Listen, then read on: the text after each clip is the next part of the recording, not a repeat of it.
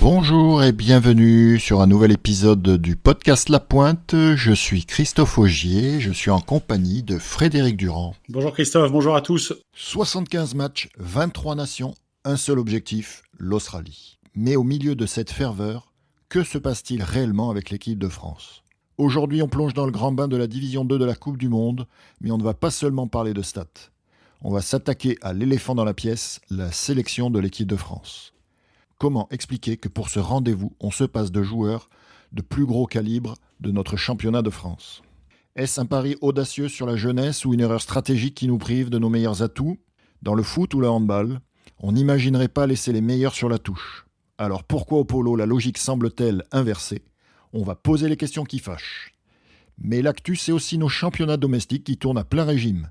Chez les filles, le fossé se creuse entre la démonstration de Lille et le score surréaliste de 36-2 infligé par Nancy contre Choisy. On se demande si le niveau n'est pas devenu trop hétérogène pour être formateur. Enfin, un mot sur la Nationale 1 masculine où le suspense s'essouffle pour la bonne cause. Monaco assoit sa domination. Alors oui, mathématiquement, le champagne n'est pas encore débouché, mais dans les faits, le patron est là et il ne compte laisser que des miettes à la concurrence. Choix de sélection discutable, hégémonie monégasque et score fleuve chez les féminines, on pose les chiffres, on confronte les avis et on lance le débat sans langue de bois. Reste avec nous, ça va secouer les lignes d'eau. Et juste avant de commencer, pense à t'abonner, ça ne prend que 2 secondes. T'abonner, ça nous aide beaucoup parce que plus on est nombreux, plus le podcast sera connu et plus nous pourrons le développer. Donc abonne-toi dès à présent sur YouTube, Spotify, Deezer ou Apple Podcast et n'hésite pas aussi à mettre 5 étoiles sur la plateforme. Tu peux nous écouter comme ça sur la route, en allant au boulot, en faisant du sport ou juste avant l'entraînement. Allez, c'est parti!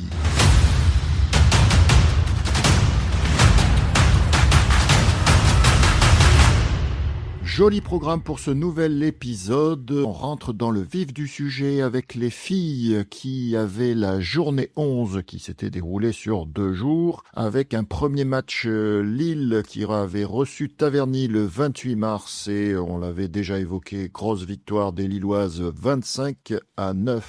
Deuxième match donc qui s'est déroulé le 4 avril, Nancy qui recevait Choisy et Choisy toujours en très très grosse difficulté, qui encaisse un très lourd 36-2 avec un 9-0, 8-0, 9-1 et 10-1 pour clôturer ce match. Ouais Christophe, pas grand chose à dire à commenter sur un 36-2. Je pense que Choisy, est-ce que Choisy a sa place dans cette division-là ? Je ne sais pas, mais en tout cas les scores, même contre Taverny, elles prennent quand même des fessées, donc je pense que la marche est beaucoup trop haute pour les Choiséennes et la saison est longue.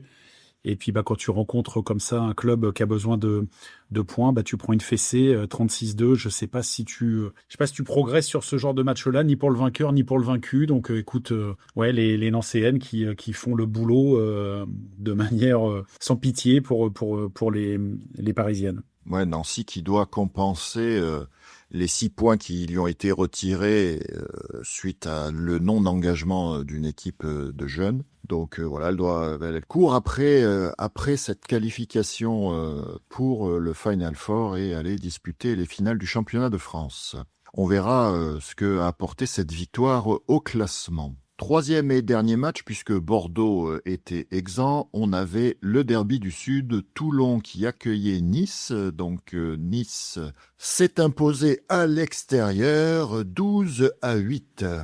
Ouais, le derby de la Méditerranée, les équipes avant ce match-là étaient à égalité de points, donc la victoire de l'une ou l'autre des équipes leur permettait de rentrer à nouveau dans le top 4. C'est Nice qui l'emporte 12-8. Écoute, Toulon n'a pas à rougir de cette défaite-là, hein. Toulon, c'est une équipe, un club en construction, donc il y a des paliers à franchir. Raphaël Pira fait depuis novembre sans sa capitaine Clémentine Valverde, pour une raison magnifique pour elle puisqu'elle attend un heureux événement. Donc on sait que l'importance de cette joueuse dans l'effectif toulonnais et écoute, Toulon s'est défendu comme il fallait et puis Nice l'emporte dans un match qui était quand même malgré tout à leur portée, mais voilà, écoute, on va voir l'incidence sur le classement, mais Nice fait un grand pas dans cette quête du top 4. Ouais, Nice qui a pris l'avantage en deuxième période avec un 3-0, mais sinon après un match qui est resté serré sur les 3 autres périodes. Et la dernière confrontation de Toulon et Nice avait été à l'avantage des Toulonnaises. Ouais, ce qui nous donne au classement. Alors Lille qui est toujours en tête avec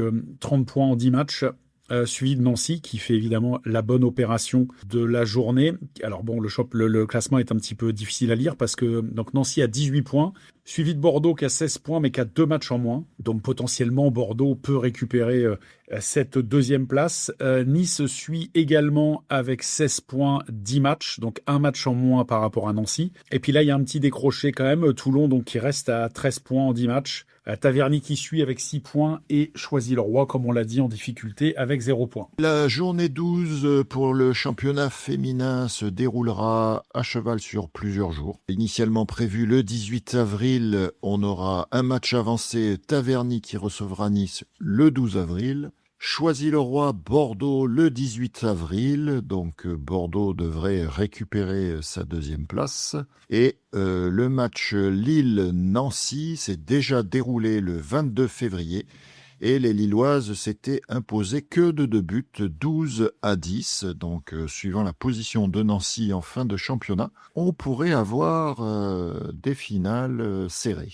On passe au championnat N1, donc championnat N1 qui quasiment va toucher à sa fin. On aborde la journée 20, il reste 2 journées, mais comme des matchs se sont déjà déroulés, on le verra ensuite avec toi Frédéric au classement, il y en a qui vont quasiment avoir fini leur championnat d'ici la prochaine journée. Et donc pour attaquer cette 20e journée, on avait l'INSEP qui recevait Arnes, et petite victoire de Arnes à l'extérieur 16-11.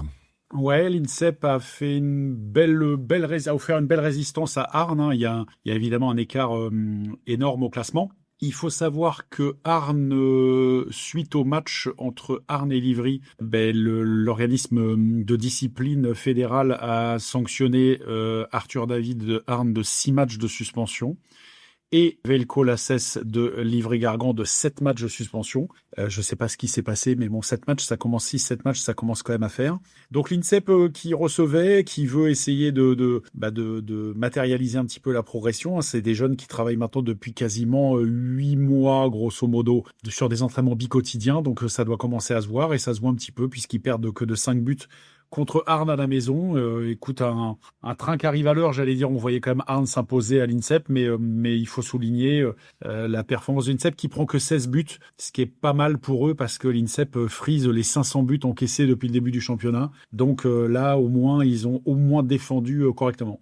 Deuxième match, Marseille qui accueillait Mulhouse. Marseille qui était, on va dire, privé de 2 joueurs de son effectif, notamment donc Audouin de Revier et Victor Tavel qui ont été présélectionnés avec l'équipe de France. Donc on verra, on en parlera en fin d'épisode. Et Marseille, du coup, qui s'incline à domicile 13-8. Ouais, et pourtant, le match avait évidemment très très bien commencé pour les Marseillais puisqu'ils gagnent la première période 4-0. 4-0, donc t'es bien sur les rails. Et puis Mulhouse fait déjà un premier approché dans la deuxième période qui gagne 3-1, donc tu vires à 5-3. Et puis après, écoute, les 2 dernières périodes, ça a été 10-3 pour Mulhouse, donc un 13-8 avec un 0-4 initial. C'est-à-dire que Marseille a pris 13-4 dans les 3 dernières périodes. Un scénario de match un peu imprévu, improbable. Effectivement, tu l'as souligné. Tavel et puis De Revier sont des joueurs importants de l'effectif de Marc Amardeil en N1. Mais c'est vrai que le scénario de match est un petit peu particulier. Donc Mulhouse qui se relance bien et qui remporte une victoire très importante. On verra les incidences au classement parce qu'il y en a. Ouais, et aussi Brody McKnight qui était absent, retenu avec l'équipe du Canada.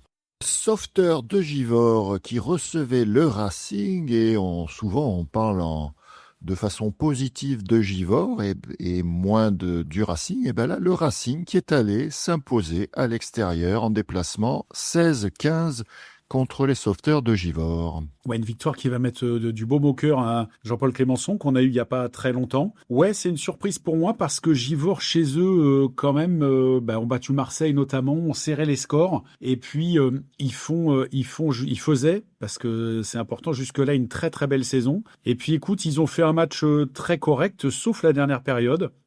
qui leur coûte le match, puisqu'ils s'inclinent 7-2 dans la dernière. Donc Givors avait fait l'essentiel du chemin en menant 13-9 début de quatrième, et puis un effondrement. Alors je le répète, mais journée après journée, parce que je pense qu'à un moment donné, ça va avoir une incidence. Donc Givors, on l'a déjà dit, qui a toujours à nouveau présenté que 10 joueurs à la maison. Et puis là, ce qui ne leur était pas arrivé sur les journées d'avant, c'est-à-dire être pénalisé par des joueurs à 3 fautes, là, ça leur est arrivé. Ils ont 2 joueurs, Baptiste Deville et Thibaut Gillin, qui ont pris 3 fautes. Donc là, tu passes de 10 à 8 avec un gardien. Donc t'as plus que 7 joueurs de champ. Donc la fatigue, les rotations, etc., etc. À un moment donné, tu peux plus tenir. Et là, ils perdent quand même un match qui était non seulement à leur portée, et ils pouvaient faire une belle opération au classement. Si la victoire combinée de Mulhouse à Marseille et puis cette défaite un peu surprise de Givors, on verra l'impact sur le classement. Mais très mauvaise opération quand même pour les Givordins à la maison. Alors, particularité pour les Racingmen, et on verra aussi pour Monaco, les Racingmen qui avaient doublé vendredi et samedi, puisque vendredi soir, ils avaient reçu Monaco, ils s'étaient inclinés 20-13, ce qui n'est pas un mauvais résultat dans l'absolu. Et là, sur cette dynamique-là, en se déplaçant à Givors, ils ont réussi à s'imposer. Monaco, qui, donc on va le voir après, qui jouait également à Livry-Gargan, donc qui a choisi de doubler les 2 matchs en région parisienne. Et donc le Racing, effectivement, qui a accueilli Monaco vendredi soir et qui s'est déplacé à Givors le samedi. Et déplacement très fructueux, puisqu'ils reviennent avec 3 points. Racing n'a pas été beaucoup à la fête cette saison, mais là au moins c'est quelque chose qui est très positif et il faut le souligner. 4e match de cette soirée, Moulins qui recevait La Rochelle, et Moulins qui a fait un peu la surprise, je dirais, compte tenu des dernières sorties rochelaises, et Moulins qui s'impose à domicile 19. Tu l'as dit juste avant, le Racing qui n'a pas été souvent à la fête, Moulins c'est pareil. Et en fin de championnat, ça fait toujours du bien de récupérer quelques points. On verra aussi l'incidence au classement. Donc victoire Moulins 10-9 contre La Rochelle. 5e match, Choisy-le-Roi qui recevait Saint-Jean. Donc Saint-Jean qui avait enchaîné 2 victoires, et là ils n'ont pas fait la passe de 3 en se déplaçant en région parisienne, et quand même lourde défaite 25-14 en faveur de Choisy-le-Roi. Oui, on l'a déjà dit, Saint-Jean, loin de ses bases, est une équipe quand même en souffrance, notamment au niveau défensif. Ils prennent encore 25 buts. Donc, tu peux pas t'en sortir en prenant 25 buts, évidemment. Tu peux pas gagner un match. Écoute, ils font le match qu'ils peuvent face à une équipe de Choisy qui a pas trop eu à trembler ni à s'employer pour remporter les 3 points. Donc, écoute, score logique de ce match-là. Et dernier match, on l'a dit, donc Monaco qui avait doublé en région parisienne, donc qui affrontait Livry-Gargan, son dauphin. Et un peu comme au match aller, un match qui s'est fini au pénalty après un score de parité 9 partout à la fin du temps réglementaire. Et Livry, cette fois-ci, qui s'impose au tir au but 14-13, infligeant la première défaite monégasque. Alors, première défaite, pas dans le cours du jeu, puisque à la fin du temps réglementaire, comme tu as dit, il y avait match nul. Rappelons les données un petit peu de ce match-là. Donc, Monaco comptait 4 points d'avance sur Livry, augmenté des 3 points qu'ils ont gagnés contre le Racing la veille. Donc, ils avaient 7 points, mais avec un match en plus. Donc, on va revenir à nos 4 points initiaux. Les scénarios étaient simples, victoire de Monaco, et Monaco était champion. Victoire de Monaco au penalty, et Monaco était champion également. Défaite de Monaco dans le temps réglementaire, et là Livry venait recoller à 1 point avec Monaco qui doit recevoir Marseille, et Livry qui a 2 matchs assez faciles quand même sur la fin de championnat. Ou victoire de Livry au penalty, et puis Livry ne reprenait qu'un seul point à Monaco, et donc Monaco conservait 3 points d'avance. Donc écoute, un match importantissime pour les 2 équipes, puisque un titre en jeu. C'est Livry qui a pris le match par le bon bout en menant assez rapidement 2-0, avant que Monaco n'égalise et passe devant 3-2. Et ça a été un match peu prolifique en but. Les matchs comme ça, pour les attributions de titres, souvent c'est pas du polo champagne, c'est du polo, j'allais dire pragmatique, tu joues ta peau presque à chaque défense.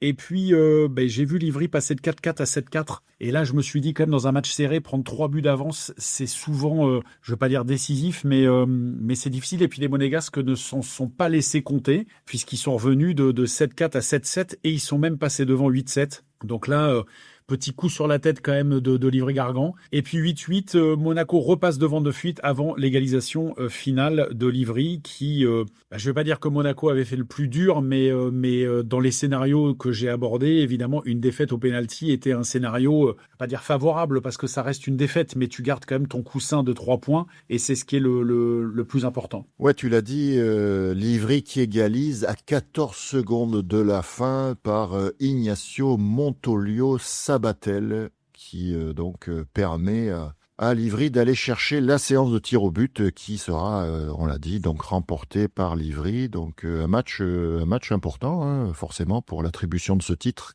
J'avais discuté avec quelques joueurs de Livry qui pensaient quand même que Monaco allait être champion. Ben, ça se confirme. Mais on a eu quand même une fin de championnat haletante. Et on verra que cette journée-là, quand même, a des conséquences dans le classement de ce championnat. À 2 journées de la fin, sachant que Arnes a déjà joué sa journée suivante, puisqu'il s'était imposé au mois de décembre contre Choisy-le-Roi, et que Monaco a déjà fait donc la dernière journée où il s'était imposé à l'INSEP. Donc à Monaco, il ne reste que le match contre Marseille et les 2 matchs de Livry que tu as déjà évoqués. Ouais, Monaco fait un très beau champion. Alors, il y a une phrase célèbre de Raphaël Gemignani, qui a été le directeur sportif du célèbre cycliste français Jacques Anquetil, qui disait « Dis-moi qui est ton deuxième, je te dirai si ta victoire est belle ». C'est une très belle phrase qui résume tout ça. Livry fait un beau deuxième parce qu'ils ont été coriaces jusqu'au bout. Ils ont rien lâché. Ils ont poussé Monaco dans ses retranchements.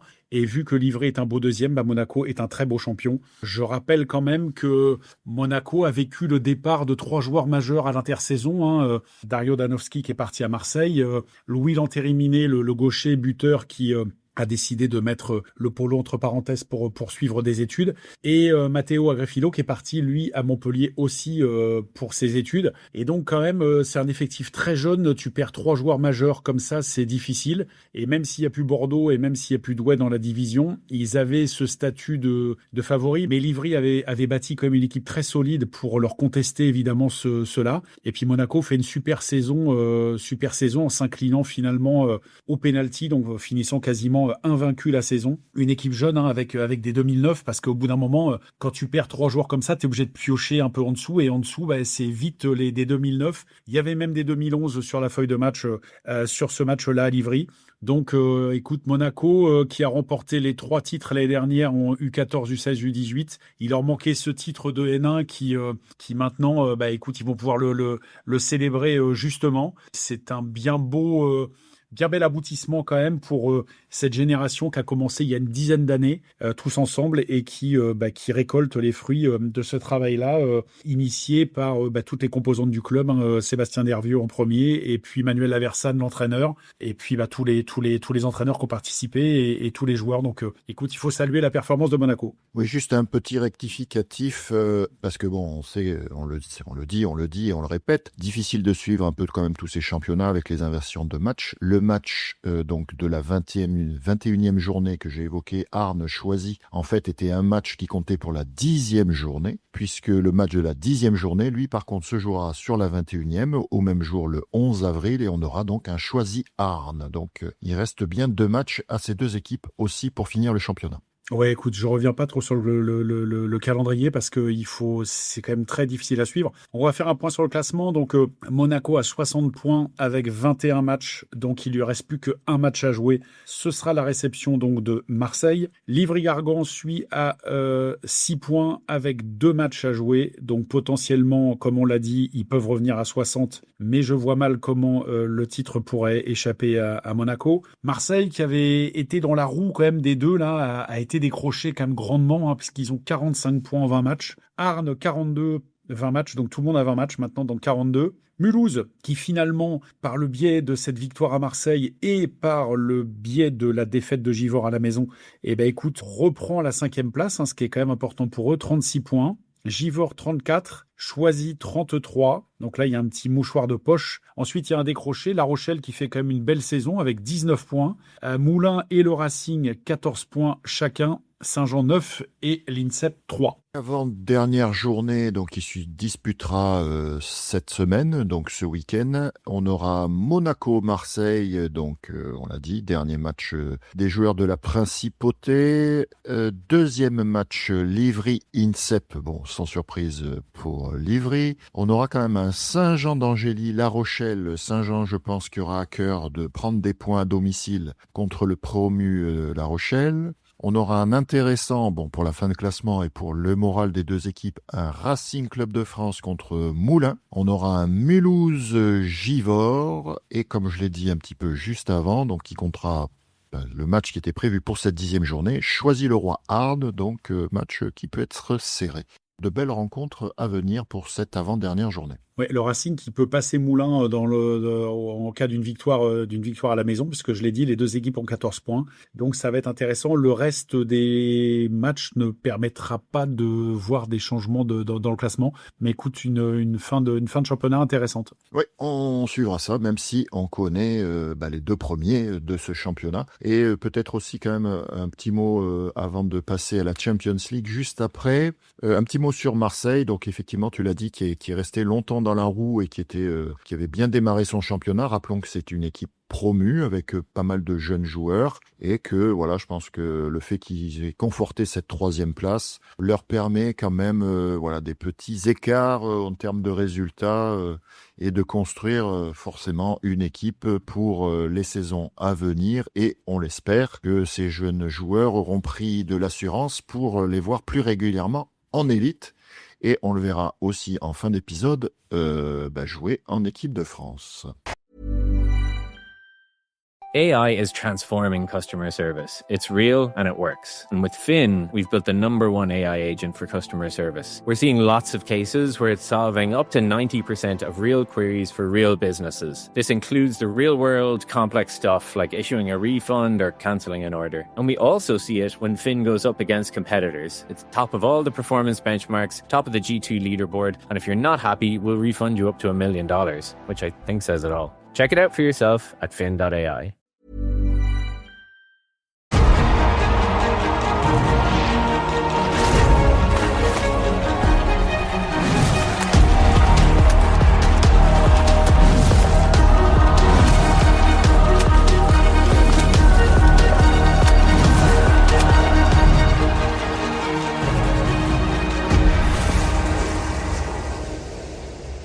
On passe à la Champions League, donc 3e journée. On avait évoqué les enjeux de cette 3e journée. Et tout de suite, pour attaquer, on avait Barceloneta qui recevait Olympiakos. Olympiakos qui avait pas trop le droit à l'erreur. Et grosse victoire de Barceloneta qui s'impose 20-13, c'est pas rien, 7 buts d'écart, c'est le gros carton de la journée. C'était un choc tactique très serré avec aussi le retour de l'entraîneur, de l'ancien entraîneur de Barceloneta qui était sur le banc de l'Olympiakos. Et son équipe précédente lui a pas fait de cadeau et les Espagnols ont explosé la défense de l'Olympiakos parce que aussi en prendre 20 à ce niveau-là contre cette équipe-là, c'est pas rien. Et on a Vince Vigvari qui avait re-signé assez récemment donc à Barceloneta qui en met 7 dans ce match. Et message très clair envoyé par les Espagnols qui sont quasiment déjà qualifiés pour le Final Four. Oui, Christophe, tu as bien résumé. Le retour d'Elvis Fatovic à Barceloneta a été sanglant, j'allais dire, parce que 20-13 à ce niveau-là. On parle d'Olympiakos, on parle pas d'Hanovre ou d'une autre équipe. J'ai pas souvenir d'un Olympiakos à -7 dans n'importe quel match de Champions League. C'est beaucoup, ça paraît pas comme ça, mais 7 buts, c'est énorme à ce niveau-là, surtout quand tu connais l'effectif d'Olympiakos, qui a quasiment tous les joueurs majeurs de l'équipe de Grèce avec les deux Hongrois en plus, Angial et Zalanki. Ouais, écoute, ce résultat qui valide à mon sens la qualification de Barceloneta, parce qu'on va faire le point un petit peu après, et qui met dans une difficulté réelle Olympiakos. Alors certes, il n'y a rien de perdu parce que même si Barceloneta est loin devant, les 3 autres ont 3 points. Olympiakos s'est déplacé 2 fois, donc ils restent quand même maîtres de leur destin.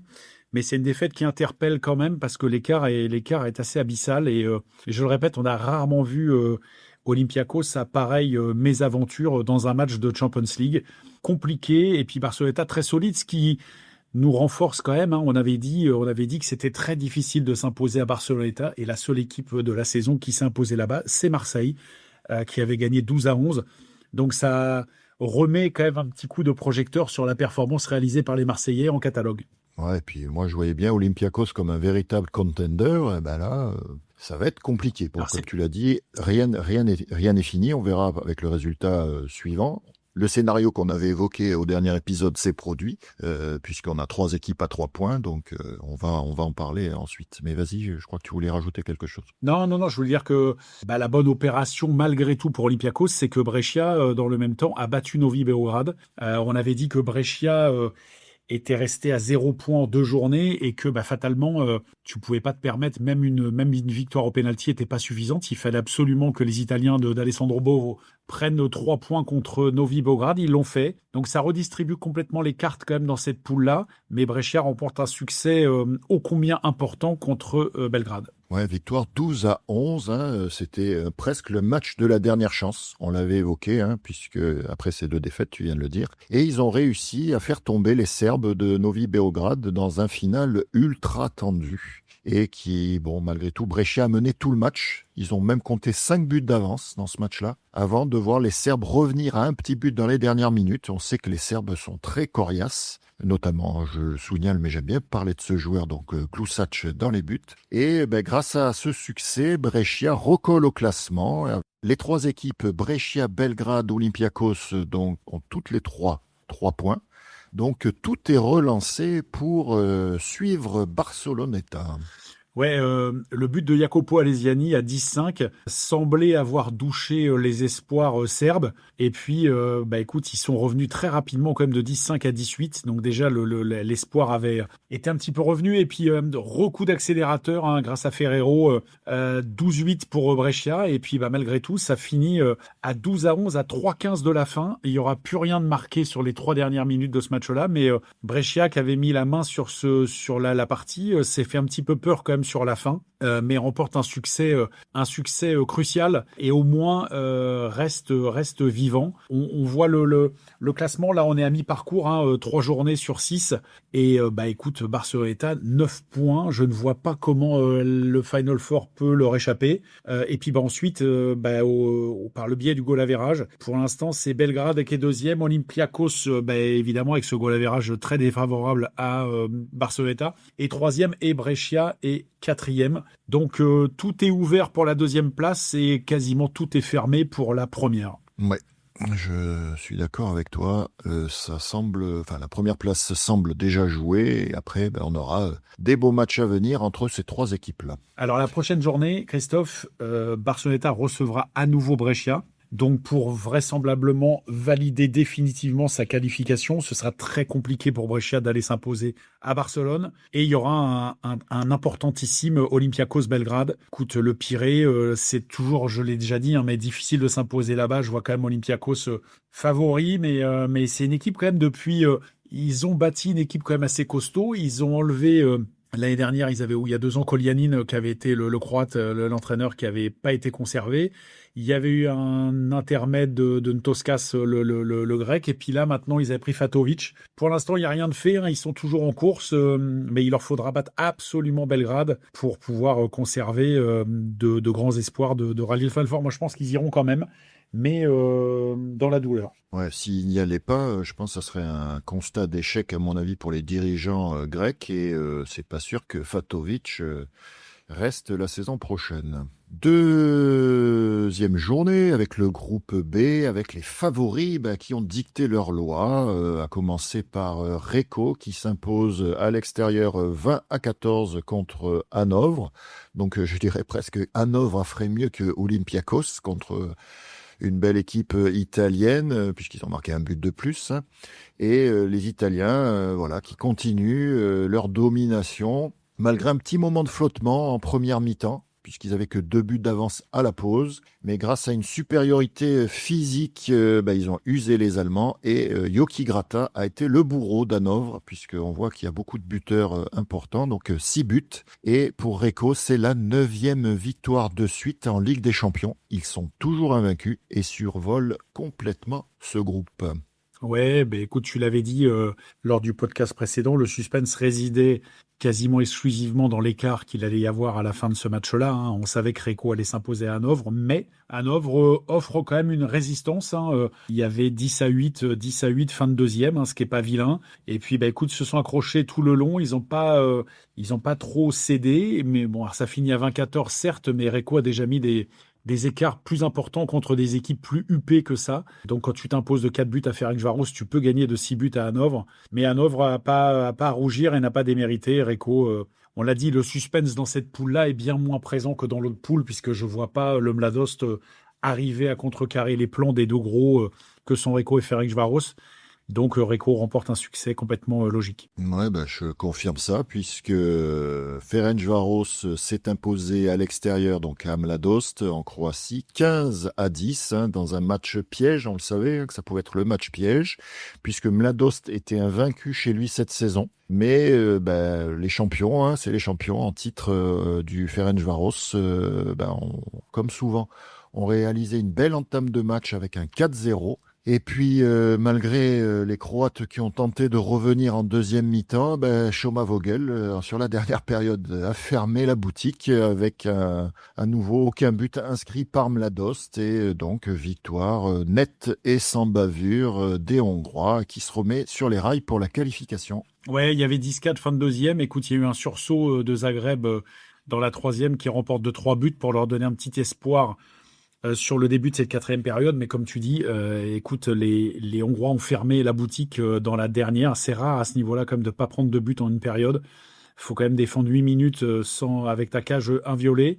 Ferencváros toujours privé, on l'a dit, de Mandic, qui est pas là.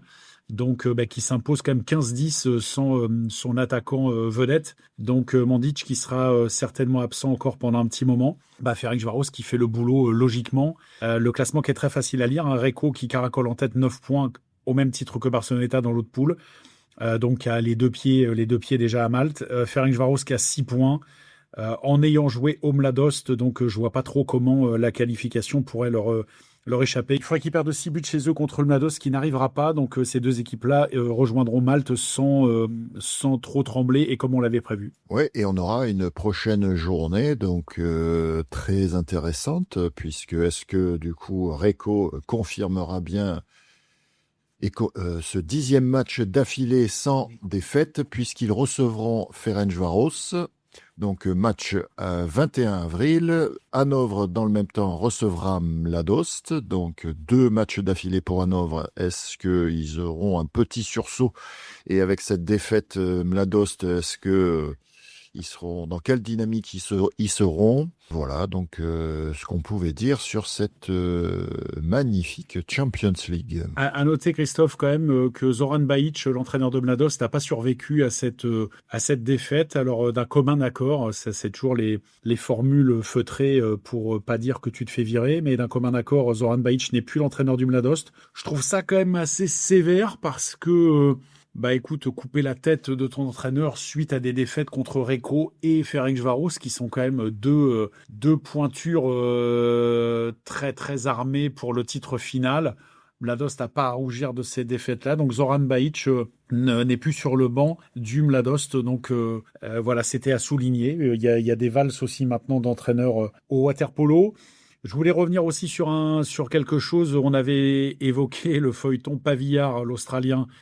Donc on rappelle que on est passé de 3 années. Il fallait 3 années d'absence dans une équipe nationale pour pouvoir postuler à nouveau dans une autre équipe nationale. Ces 3 années ont été ramenées à 1 an. Ce qui fait que la chasse, je vais pas dire la chasse aux œufs de Pâques parce que c'est le week-end, mais la chasse aux joueurs qui n'ont pas joué de leur équipe nationale depuis 1 an est ouverte.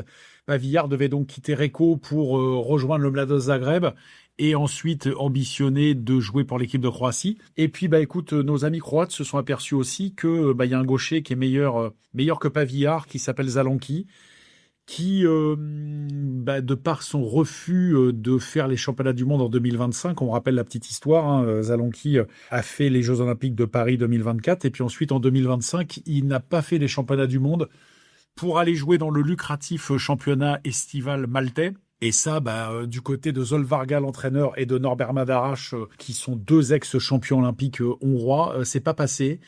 Et il est blacklisté, le Zalanki. Donc, les Croates, sachant cela, ont reporté leur amour sur Zalanki. Alors, ça ne veut pas dire qu'il ira jouer pour la Croatie, hein. Les Hongrois sont toujours assez patriotiques, nationalistes et changent pas de pays généralement. On verra ce qu'il en est. Mais en tout cas, l'épisode Pavillard en Croatie est terminé. Donc on suivra ça. On annonce Kharkov. Donc il y avait un jeu de chaises musicales entre gauchers, puisqu'on annonçait Kharkov à Olympiakos pour remplacer Zalanki qui devait éventuellement venir au Mladost. Maintenant on annonce Zalanki à Reko. Ça va être la période du mercato où tout va être un petit peu redistribué. En tout cas, ce changement de règle va, comme je l'ai dit, attiser les appétits des équipes souhaitant attirer des joueurs chez elles. Je trouve pas ça formidable, mais écoute, c'est comme ça, il faut vivre avec son temps. C'est une bonne transition puisqu'on va aborder l'actualité internationale aussi, puisque en parallèle, on va avoir la Coupe du Monde qui se déroule donc en deux divisions, donc Division 1 et forcément Division 2. La Coupe du Monde de la Division 1 qui a débuté hier et qui se déroulera jusqu'au 13 avril et qui est composée de la Serbie, des Pays-Bas, Hongrie et la Grèce qui composent le groupe A. Et dans le groupe B, on a Italie, Espagne, Croatie et États-Unis. La Division 1 qui se déroulera en Grèce à Alexandroupoli. La Division 2 qui se déroulera à Malte, qui commence aujourd'hui avec bon nombre d'équipes sur ce tournoi. Donc à Malte, on a la Roumanie, la Slovaquie, la Géorgie, la Turquie, le Canada, Singapour, l'Allemagne, la Slovénie, l'Afrique du Sud, le Portugal, le Brésil, la Chine, la Grande-Bretagne, le Monténégro, le Kazakhstan, l'Argentine, Hong Kong, l'Australie, Malte, l'Ukraine, une équipe neutre, mais qui sera la Russie, et la France, le Japon ayant déclaré forfait. La France affrontera l'Ukraine aujourd'hui pour commencer. Ensuite, demain, elle affrontera le Canada. Et en troisième match, elle affrontera la Pologne. On va Christophe dans une saison où il y a quasiment pas de compétition à part le championnat d'Europe qui a eu lieu au mois de janvier. C'est toujours bien quand même de faire des matchs et donc par le biais de cette World League de deuxième division, l'équipe de France va pouvoir participer à Malte, comme tu l'as dit, à ces trois matchs-là avec suivant le classement qu'elles vont occuper. Et éventuellement un deuxième tour avec un mix un petit peu compliqué la suite de la compétition, mais en tout cas, écoute, ça permet aux joueurs français de faire des matchs et c'est pas trop mal. Ce tournoi de Division 2, donc c'est un très gros événement puisqu'on a 23 nations, je les ai énoncées, qui vont s'affronter. Ça représente 75 matchs pour décrocher donc leur ticket pour la suite de la compétition et rejoindre l'élite, donc la Division 1, pour une finale de Coupe du Monde qui se déroulera en Australie. Donc petite synthèse de ce déroulé compliqué un petit peu à comprendre. Donc c'est la deuxième année que la Coupe du Monde utilise ce système de deux divisions. Objectif clair, permettre aux petites nations de jouer des matchs compétitifs contre des équipes de leur niveau, tout en offrant une chance de progression vers ce haut niveau. La phase de ligue, elle se déroule sur 3 jours, on a dit, les matchs notamment de l'équipe de France, où chaque équipe joue tous les jours contre un mélange d'adversaires mieux classés ou de niveaux similaires. Pour les phases finales qui se dérouleront à partir de vendredi, le tournoi passe en mode élimination directe avec 8e de finale et match de classement. Pour aller à cette Coupe du Monde, donc la sélection de l'équipe de France est tombée. 17 joueurs avaient été présélectionnés pour un stage avec Dubrovnik, on en avait parlé dans l'épisode précédent. Donc on a Alexandre Bouet, Kylian Braise-Fernandez, Audouin Derevier, Alexis Drahe, Alexis François, Hugo Fontani, Dario Garcia, Denis Guérin, Romain Marion Vernou, Mathis Mas, Elio et Enzo Nardon, Anthony Rossi, Johan Scorletti, Victor Tavel, Thomas Vernou et Steven Vitran. Dans cette équipe, Johan Scorletti et Dario Garcia n'ont pas été conservés pour la suite de la compétition et attaquer la Coupe du Monde à Malte. Non présents dans cette équipe, on a Loris Canovas et Pierre-Frédéric Van Peperstraat blessés jusqu'à la fin de la saison, donc ils n'étaient pas disponibles pour être sélectionnés. On a Lucas Barna qui a refusé puisqu'il a préféré privilégier la fin de championnat avec son équipe pour aller chercher le titre de champion.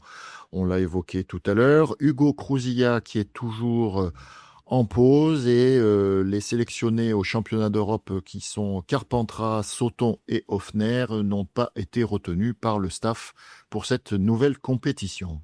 Ouais, je comprends le choix de Lucas Barna entre un titre de champion de N1 et aller faire un stage à Dubrovnik. Alors même si c'est l'équipe nationale, je comprends son choix de privilégier un titre avec son club. Après, commenter les sélections, c'est toujours délicat parce que des fois on n'a pas tous les éléments et puis chaque entraîneur est capable de faire une sélection différente. Mais il y a quand même des choses qui m'interpellent dans les choix et dans les raisons des choix. Donc je fais le procès de personne, mais ça fait à peu près 40 ans moi, que je suis le polo d'assez près quand même.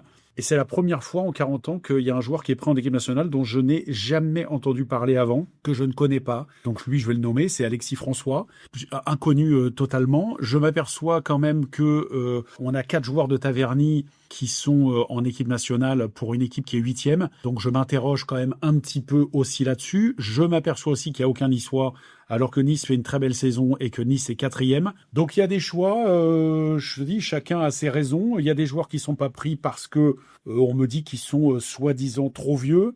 Mais à un moment donné, il faut savoir ce que tu veux. Si l'objectif c'est d'aller à la qualif pour les Jeux Olympiques de 2028, est-ce que tu peux faire l'économie de joueurs qui sont soi-disant trop vieux? Donc on parle de joueurs de 29, 30 ans, donc qui auront 32 ans pour la qualif. Injecter du 109, moi j'ai rien contre. Écoute, je m'interroge parce qu'il y a des noms dans cette liste qui pour moi sont des énigmes. L'équipe nationale, c'est quand même le Graal. C'est quand même, pour moi, il y a plusieurs problèmes dans cette équipe de France. D'abord, il y a le problème des joueurs qui refusent d'y aller, donc ont leur raison, mais qui refusent d'y aller.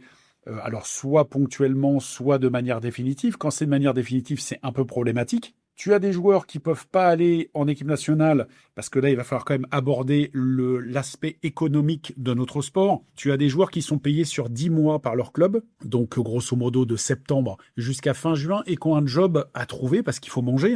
Donc, qui ont un job à trouver en juillet-août. Ils surveillent des piscines, ils surveillent des plages, ils font d'autres trucs, etc., etc.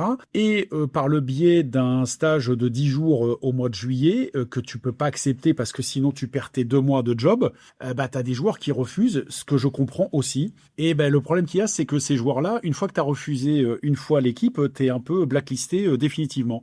Est-ce qu'on peut se permettre de perdre donc des soi-disant vieux? Est-ce qu'on peut se permettre de perdre des joueurs qui ont dit non une fois, mais qui ne seraient pas contre revenir? On fonctionne, je trouve, on s'adapte pas à la population poloistique qu'on a dans le pays. Et on n'est pas un pays qui a 500 joueurs de haut niveau. Donc à un moment donné, cette discipline de fer là, je comprends, mais je comprends, mais on n'a pas, on n'est pas la Croatie ou la Hongrie ou l'Italie. Et donc on applique des méthodes qui sont pas forcément applicables à notre population poloistique. Ça c'est le premier point. Et le deuxième point, l'équipe nationale pour moi c'est le Graal. Et une sélection, ça se mérite.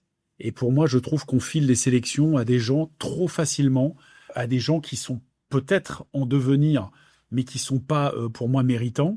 Il y a des joueurs dans cette sélection-là, je sais pas ce qu'ils font là, quoi. Je vais juste te dire 2 choses. Et les statistiques, à un moment donné, je me réfugie pas que derrière ça, mais ça parle quand même. Elio Nardon, 13 matchs d'élite cette année, 1 but. 1 but en 13 matchs. François, pareil, 12 ou 13 matchs, 3 buts. Je sais bien que tu peux être un excellent joueur de water-polo sans forcément marquer des buts, mais selon moi, si tu n'en mets pas déjà dans le championnat qui est certainement le plus faible qu'on a eu depuis 20 ans, Mais comment tu vas les mettre au niveau international? Si tu marques pas en championnat, comment tu fais pour marquer au niveau international? Donc écoute, moi ces sélections là, je sais pas qui transmet les informations à Kobechak. Kobechak, il a Dubrovnik, donc je suppose qu'il a des relais qui lui donnent ces informations là. Mais écoute, je suis très sceptique en tout cas parce que pour moi, les deux joueurs que je viens de citer, tu as au moins 10 joueurs dans le championnat qui sont meilleurs. 10. Et encore, j'ai pas pioché trop profondément, mais tu as 10 joueurs qui sont meilleurs. Donc je sais pas ce qu'on fait avec cette équipe nationale. Et voilà, donc je te dis, les trop vieux, t'as même des joueurs de N1 qui sont meilleurs que ces joueurs-là. Chaque entraîneur fait ses choix, chaque entraîneur fait sa sélection. Sur quels critères, je sais pas. Mais en tout cas, on est en droit quand même de se poser à minima des questions parce que c'est récompensé à un moment donné trop facilement des joueurs qui deviennent internationaux et qui n'en ont pas le niveau. Je vais pas m'attirer les amis, mais bon, je m'en fous un peu. Mais pour moi, il y a des points d'interrogation quand même. Il y a des points d'interrogation que je suis pas le seul à me poser. Hein. Quand tu vois l'annonce de la sélection, Alexis François et Leonardon, je comprends pas ce qu'ils font là. Et si tu as 4 internationaux à Taverny, comment se fait-il que tu sois que 8e? Voilà. J'ai rien contre Taverny. Hein. Moi, le petit Laurentos, qui lui est un buteur et qui est un vrai joueur de polo, je l'aurais éventuellement pris. Donc c'est pas quelque chose de contre Taverny. Mais je m'interroge sur l'absence de clubs dans la sélection et sur l'ultra présence d'autres clubs dans la sélection. Bon, tu disais que ça t'interroge, je dirais que ça nous interroge, et tu l'as bien dit, on n'est forcément pas les seuls, hein, parce qu'on a eu quelques commentaires sur nos réseaux sociaux. D'après un peu les bruits de couloir, on va dire, ou le off, c'est quand même une tentative de rajeunissement de cette équipe. Mais est-ce que, sachant, Lucas Barna, on l'a dit, on donne des noms, mais on n'a rien contre ces joueurs-là, hein, bien évidemment. Non, mais Lucas Barna, attends, Christophe, Lucas Barna, il n'a rien à voir avec le cas que je viens de te donner là. Mais je vais expliquer, je vais dire pourquoi je parle. Je recite Lucas Barna. Non, mais Lucas Barna, il a fait un championnat d'Europe. Il a fait sa saison en N1. Tu peux pas dire à un joueur à un moment donné, écoute, c'est soit l'équipe nationale, soit le titre avec ton club. Tu dois quand même faire un aménagement. Le calendrier est fait comme ça, c'est-à-dire que tu as une finale de championnat. Demain, s'il y a la finale Marseille-Strasbourg, tu vas faire un stage avec l'équipe nationale et puis tu vas dire aux Strasbourgeois marseillais, si vous venez pas, je vous prends pas. Non. Donc à un moment donné, tu dois quand même comprendre les contraintes des joueurs. Là, je trouve que c'est ultra rigide. Tu viens quand je te convoque, si tu viens pas, tu dégages. Non, mais là, je pense pas qu'il soit écarté complètement. Ce que je voulais dire, c'est qu'il y a d'autres joueurs, notamment à Monaco, qui pouvaient, dans les jeunes joueurs prometteurs, peut-être si on veut construire cet avenir pour l'équipe de France, qui pourraient avoir leur place. Ou d'autres joueurs, même tout à l'heure tu disais Dario Danowski qui est parti à Marseille, peut-être que au même titre que Victor Tavel ou Audouin de Revier, peut-être qu'il aurait pu être dans cette présélection et aller faire le stage à Dubrovnik. Non, mais je vais dire autre chose, Christophe. Parce qu'on m'oppose le pseudo argument de l'âge.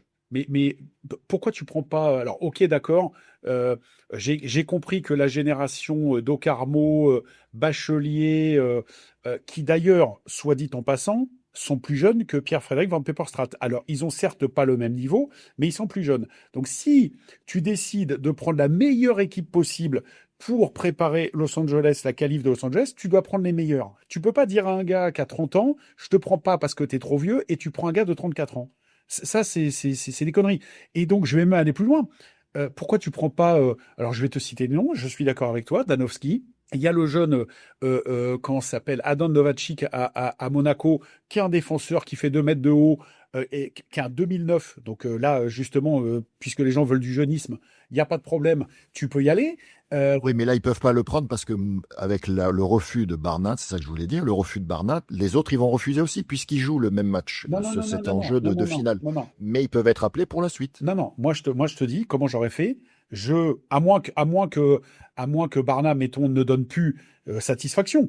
Mais moi, je lui dis, écoute, mon gars, je te laisse faire ta finale de championnat. Oui, c'était une finale contre Livry. Je te laisse faire ta finale de championnat parce qu'avec ton club, c'est important et tout ça. Un titre de N1, ça arrivera pas tout le temps. Mais je te prends quand même pour aller à Dubrovnik. Donc là, en fait, tu laisses le choix à un gars de dire, écoute, puisque tu as fait le choix de ton club, je t'enlève le choix de l'équipe nationale. Mais tu peux pas fonctionner comme ça. Tu peux pas fonctionner comme ça.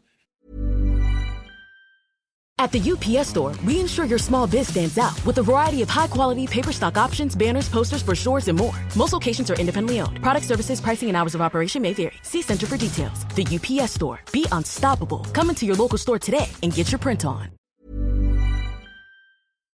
Et donc, j'en reviens à ce que je te disais. Les bétails, les deux, pour moi, c'est pas du tout moins fort que les gars dont je t'ai parlé là. Donc je comprends pas. Après, je te dis encore une fois, chaque entraîneur fait sa sélection. Je suppose quand même que les sélections sont faites en âme et conscience, et donc les meilleures sélections possibles. Omaël Michel, il a été largement meilleur buteur du championnat l'année dernière de N1. Cette année, il confirme. Alors évidemment, le niveau est plus élevé, donc il va pas caracoler en tête des buteurs. Mais un joueur comme ça aurait pu être essayé aussi. Alors peut-être que je te dis, j'ai pas toutes les infos. Peut-être que ces joueurs-là ont été convoqués, ont pas voulu venir. Ça m'étonne quand même. Mais je m'interroge quand même sur. On a deux petits joueurs qui mettent des buts, Michel et Laurentos. Écoute, tu les prends pas. Tu prends à la place des joueurs qui mettent pas un but dans le championnat. Bah écoute, chacun ses raisons. Après, il y a une question de poste aussi. Défenseur pointe. Bon, là, je pense qu'on est un peu en déficit encore en pointe, surtout si Lucas Barna, justement, il y est pas. On peut avoir potentiellement, en tout cas comme ça, moi, la première lecture de la sélection, c'est Mathis Mas et Thomas Vernou, quoi. Donc, ça reste un peu compliqué, un peu léger, quoi. Bah, pas Thomas. Bon, après, le niveau des équipes à affronter dans le premier tour, reste largement accessible, voilà, même avec une équipe rajeunie et peut-être, comme on vient de le dire, des joueurs moins capés forcément et moins prêts pour le niveau international que si tu fais le championnat d'Europe avec la Serbie, la Hongrie, etc., etc. Non mais Christophe, t'as remarqué quand même que, alors en plus, ça s'est accentué avec maintenant la présence d'un petit bassin, que les carrières des joueurs sont maintenant très très longues et très positives. Tu prends un gars comme Mike Bodegas, là la génération 87 va bientôt avoir 40 ans, donc Bodegas, Perlainovic, là on a parlé l'autre jour de Pietlovic, alors je compare pas les niveaux, mais Pietlovic c'est un 85, il a 41 ans, Filioli il a 42 ans, et c'est des Rizzo aussi, c'est des joueurs qui sont, tu vois un Hugo qui fait peut-être même, je vais pas dire les meilleures saisons de sa carrière, mais qui est très très performant encore à 36 ans. Et donc tu t'aperçois que les carrières des joueurs durent de plus en plus longtemps. Et nous, les Français, on va te dire, ah ben non, toi, je te prends pas parce qu'à 28, t'es trop vieux, je renouvelle et tout ça. Mais les Grecs, Genidounias, tout ça, Fontoulis, il a arrêté l'an passé, mais ces joueurs-là, ils étaient encore performants. Pourquoi nous, en France, qui avons déjà pas un réservoir très très important en quantité, on va en plus se mettre des barrières pour sélectionner encore en plus de moins en moins. Mais si tu continues à racler comme ça vers le jeunisme, prends des 2009, prends des 2011. Pourquoi pas? Non, mais il faut pas, à un moment donné, pour moi, c'est brader l'équipe nationale. Tu files les sélections à des joueurs qui n'ont rien à faire là. Et pour moi, tu brades l'idée de l'équipe nationale et c'est pas bien. Après, je pense que c'est un peu lié. Alors, on n'a pas, on plonge pas dans ce détail-là, mais aussi justement sur les sélections ou les présences sur des équipes jeunes. Les équipes de France jeunes sont pas forcément trop présentes sur des tournois de niveau élevé et qu'à un moment, on en avait déjà parlé dans d'autres épisodes, c'est à quel moment ces jeunes-là ou ces joueurs-là affrontent le haut niveau, se confrontent au haut niveau, affrontent des joueurs de calibre mondial pour prendre de l'expérience et aller chercher et renforcer ça. Non, c'est pas ça le débat. Le débat, c'est pas de renouveler l'équipe nationale. Ça, renouveler et incorporer l'équipe nationale, ça, évidemment que je suis d'accord avec toi. C'est pas ça le débat. C'est qui tu prends pour incorporer l'équipe nationale. Il est là le débat. Le débat, il n'est pas de la rénovation de l'équipe. Il est sur qui tu t'appuies. Et la problématique, c'est que je te dis que je peux te nommer 10 joueurs supérieurs à ces joueurs-là sans aucun problème. Donc pourquoi tu prends ces joueurs-là et pas les autres? Il est là le débat. Il n'est pas ailleurs. Toutes les équipes nationales de tous les sports, de tous les pays, à un moment donné, les générations ne durent pas 50 ans, tu es obligé de renouveler. Mais tu renouvelles avec des joueurs quand même qui sont... écoute, je ne vais pas m'étendre plus. Mais pour moi, cette sélection-là, il y a des anomalies que je ne comprends pas. Écoute, c'est pas moi le sélectionneur, donc c'est pas moi qui fais l'équipe, hein. Mais quand même, je suis pas le seul à me questionner, donc ça me rassure un petit peu quand même sur la pertinence des propos. Bah après, on jugera sur pièce avec les résultats. Hein, parce Bah, que, mais voilà, Christophe, tu vas battre l'Ukraine, tu vas battre la Pologne. Là, tu joues contre des équipes qui sont même pas au championnat d'Europe. Donc évidemment, moi, je vais pas juger de la qualité de l'équipe de France si l'équipe de France bat l'Ukraine ou la Pologne. C'est pas ça le débat. Si tu veux vraiment aller aux Jeux Olympiques, tu vas pas mesurer la valeur d'une équipe qui joue contre l'Ukraine ou la Pologne. On est sérieux, quoi. Donc déjà, oui, le Canada. après ça c'est une première étape. Après, il y a des matchs qui vont monter. On a dit, il y a l'Australie quand même qui est là. Le Kazakhstan, on sait qu'on les voit pas souvent, mais c'est quand même un principe un peu solide. Géorgie, ça va pas être facile. Il y a quand même le Monténégro qui est là. La Chine, on sait que c'est le Brésil. Il y a quand même un peu de niveau. Enfin, ça va se corser, quoi. Ah bah oui, Donc, mais c'est pas le premier tour qui sera révélateur de la valeur. Moi, je suis toujours supporter de l'équipe de France. J'espère qu'ils me donneront tort et qu'ils auront le meilleur résultat possible. Mais quand même, il y a des choses qui m'interpellent et qu'il faut dire, hein, puisque c'est le but du podcast, c'est dire des choses qui interpellent. Et il y a des trucs que je comprends pas très bien. En fait, si tu veux, le deuxième club le plus représenté dans la sélection, c'est Taverny. Il y a Marseille devant avec 5 internationaux, Taverny 4. C'est rare quand même un club qui est dans les derniers du championnat, qui a 4 internationaux dans un sport qui se joue à 7. Certes, t'as plus de la moitié de ton équipe qui est potentiellement une équipe de France et t'es 8e. Bah écoute, oui, je me pose des questions. Et à contrario, t'as une équipe comme Nice qui est 4e, qui fait sa meilleure saison depuis longtemps et qui n'en a pas un seul. bah, après, tu l'as dit, il y a plein de facteurs que on connaît pas. Enfin, disons, on n'a pas forcément toutes les infos là-dessus. Est-ce qu'il y a d'autres joueurs qui ont été appelés, qui ont refusé? Parce que d'un certain côté, ce qu'on peut se dire, en tout cas, moi, c'est mon point de vue. Peut-être que l'époque avec les nouveaux joueurs, etc., bah, l'équipe de France, elle fait moins rêver. C'est plus le Graal comme peut-être nous on a pu connaître, où même si on se prenait des caisses et on jouait en groupe B, etc., et de temps en temps, bah, il y avait peut-être une performance 88, 92. Après, bon, l'équipe de France, en préparation des Jeux, on l'a suffisamment évoqué, bah, les merveilleux résultats qu'ils ont pu faire, donc avec notamment cette fameuse 4e place à Doha. Mais c'est grave, Christophe. C'est grave parce que.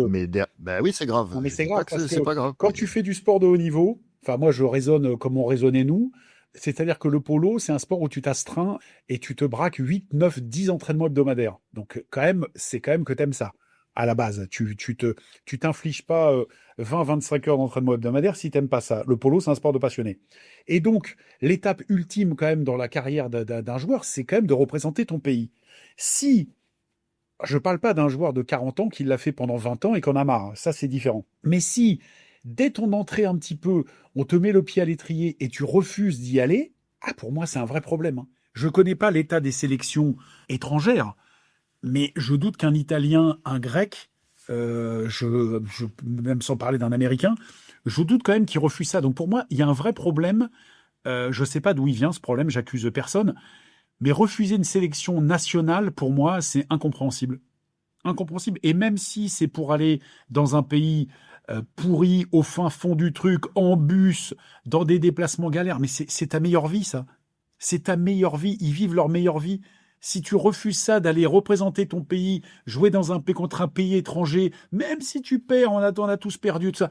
Mais tu peux pas dire non, quoi. Donc, pour moi, il y a un vrai problème. Il y a un vrai problème, effectivement. Tu parles, c'est peut-être un problème générationnel, je sais pas, mais je comprends pas que tu puisses refuser une sélection. Je m'interroge. Il y a peut-être des raisons, je sais pas. Alors oui, si tu es un joueur et que tu as été pris pour un con pendant 10 ans parce qu'on t'a fait venir en stage et qu'à chaque fois, c'est toi qui dégages, je veux bien comprendre la lassitude et de se dire, bah non, là, j'en ai marre, j'y vais plus.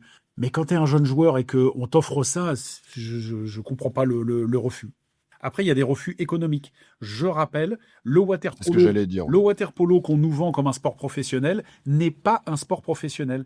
Donc, à un moment donné, le gamin qui va prendre ses sous en juillet et août à surveiller une plage et à qui on lui dit, écoute, tu vas venir 10 jours à Zagreb où tu vas pas prendre 1 euro et puis bah, ça va te saborder tes 2 mois de trucs. Le gars, il mange comment? Il vit comment? Il vit pas sur l'argent que lui a donné le club les 10 mois, parce que l'argent que lui a donné le club sur les 10 mois, ça lui sert juste à sortir la tête de l'eau. Donc, bah, à un moment donné, oui, il fait le choix. Nous, à l'époque, Christophe, moi, je parle de moi, on travaillait tous. On avait tous un boulot à côté. Soit on était étudiant, soit on avait un boulot. Moi, je prenais tous mes congés pour partir en stage et tout ça, mais on avait un boulot. Donc moi, je savais que juillet, août, même si je partais en équipe nationale, j'étais payé par mon boulot. Là, maintenant, on a décidé d'en faire un métier, et puis les gars, les 2 mois d'été, ils tirent la langue parce qu'ils ont rien. Il y a C'est ça la où réalité. il peut être, ou étudiant, tu l'as abordé aussi. Voilà, il y a ces Mais étudiant, problématiques-là. faut manger quand même, hein, quand t'es étudiant. Oui, mais suivant comme tu pars là, en plein mois d'avril, pendant 10 jours avec le stage, puisque l'équipe de France, elle est partie depuis le 30 mars, que tu dois enchaîner, peut-être que ta vie voilà, d'étudiant ou au travail, si tu as un job aussi à côté, c'est pas forcément évident. Donc je pense que toutes ces raisons doivent forcément rentrer dans l'équation, mais ce qui est sûr et certain, où là je pense que tout le monde sera d'accord, c'est que c'est pas la meilleure équipe de France, ça c'est évident.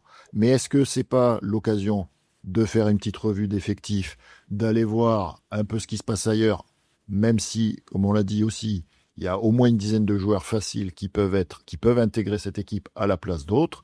Mais Voilà, Christophe, mais c'est ce que je te dis, Christophe, c'est qu'à un moment donné, la rigidité, c'est bien. Tu vois, Campagna, il a été rigide, hein. Quand il y a eu l'espèce de putsch, Campagna, il n'est pas fou. Quand il y a eu l'espèce de putsch, lui, il a mis sa démission dans la balance parce que Campagna, il sait que si la fédération italienne lui donne raison, derrière, il a des mecs qui sont champions d'Europe des moins de 20, qui ont gagné les universiades, qui sont bien placés en U18 et tout ça. Et donc, le vivier étant ce qu'il est, Campagna, il sait très bien qu'à force de travail, cette équipe-là, en 2 ans, elle reviendra. Ils ont d'ailleurs fini 4e au championnat d'Europe en enlevant une grande partie quand même des joueurs majeurs. Mais nous, en France, est-ce qu'on a ce luxe-là de commencer à pouvoir se dire « Bon, bah lui, il n'est pas venu à un stage là, je le prends plus jamais », sans chercher un petit peu à comprendre des fois les raisons, en étant un peu brut de décoffrage comme ça. La rigidité, c'est bien quand tu as le choix, hein. Quand tu n'as pas le choix, il faut quand même mettre un peu d'eau dans ton vin. Oui, après, ce que tu viens de dire, c'est effectivement le réservoir. On n'a pas le même réservoir que nos voisins, tous nos pays qui nous entourent. Mais au-delà de ça, c'est comment on arrive à faire progresser quand même quelques joueurs, comment on arrive à maintenir des résultats, comment on arrive à rendre attractif l'équipe de France. Non, mais là, tu me dis la même chose. Moi, je te parle pas de. Je te dis pas encore une fois que le choix de renouveler n'est pas le bon. Je te dis, mais avec qui tu renouvelles? C'est ça le débat, hein. Avec qui tu renouvelles? C'est pas de renouveler le débat. Avec qui tu renouvelles? Moi, j'ai mon avis là, sur la question. Mais écoute, c'est peut-être pas le bon avis, mais je m'interroge, c'est tout. J'ai le droit de m'interroger sur la pertinence quand même de certains choix qui sont faits avec des joueurs qui sont. Alors qu'on ne connaisse pas tous les joueurs du championnat, c'est une chose, mais à un moment donné, maintenant, tu as les statistiques de tout, et tu as des joueurs qui ont des statistiques faméliques, voire inexistantes, et qui sont pris. Là, on parle de l'équipe de France A. C'est la récompense pour un athlète suprême. C'est pas un cadeau, l'équipe de France A. C'est pas l'école des fans où tout le monde a la bonne note et tout ça. Ça se gagne une place en équipe de France. Et là, je trouve que les joueurs dont on parle ne la gagnent pas, on leur donne. Après, je pense qu'il y a peut-être aussi un nombre large, très large peut-être de joueurs qui font partie de ce groupe France et que peut-être certains joueurs qui sont là ne reviendront plus, d'autres qui ont pu refuser ponctuellement cette sélection-là, mais qu'on aura plaisir peut-être à revoir, ou l'intégration encore de nouveaux joueurs parce que certains qui sont là auront été décevants et tout le monde peut-être au grand jour verra que leur place elle n'est pas dans cette équipe de France et que comme tu disais peut-être c'est l'école des fans et qu'on leur a mis un 10 et qu'ils ont pu rentrer dans cette équipe mais qui n'ont rien à faire là. L'avenir nous le dira. Écoute, si c'est un pari, c'est un pari. Mais je m'interroge sur les modes de sélection et les critères surtout de sélection. La performance, les statistiques, le classement championnat. C'est quand même... Enfin, je ne vais pas répéter encore une fois, mais c'est quand même curieux d'avoir 4 internationaux et d'être 8e du championnat. 8e par le biais quand même de la montée de Douai et de Bordeaux. Parce que sinon, tu es dernier. Donc, est-ce que tu peux ambitionner, c'est-à-dire que le championnat, si Douai et Bordeaux n'étaient pas montés, tu serais dernier du championnat et tu as 4 internationaux A quand les autres n'en ont pas un. C'est ça le questionnement. Et ça, c'est un questionnement que tu aurais dans le foot, que tu aurais dans le basket, que tu aurais dans le hand.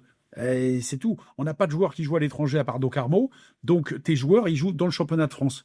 Et est-ce que tu penses qu'il y a plus de joueurs de Nantes en équipe de France que du PSG ? Il y a plus de joueurs de Metz que de Monaco ou de je sais pas quoi. Non. Mais nous, au polo, oui. Oui, ça beaucoup d'interrogations autour de cette sélection de l'équipe de France, même si voilà, il y a un certain nombre de jeunes joueurs, malgré tout, qu'on peut quand même souhaiter un bel avenir. Mais en tout cas, à l'instant T, il y a des joueurs qui leur sont supérieurs pour être présents dans cette équipe de France et avoir une équipe de France de plus gros calibre, on va dire. Voilà, je pense qu'on a fait le tour sur le sujet. Oui, on pourrait encore continuer à en débattre. Mais voilà ce qu'on pouvait aborder à travers cette équipe de France, ce tournoi, 23 nations Division 2, 75 matchs au programme. On va pas tous les regarder.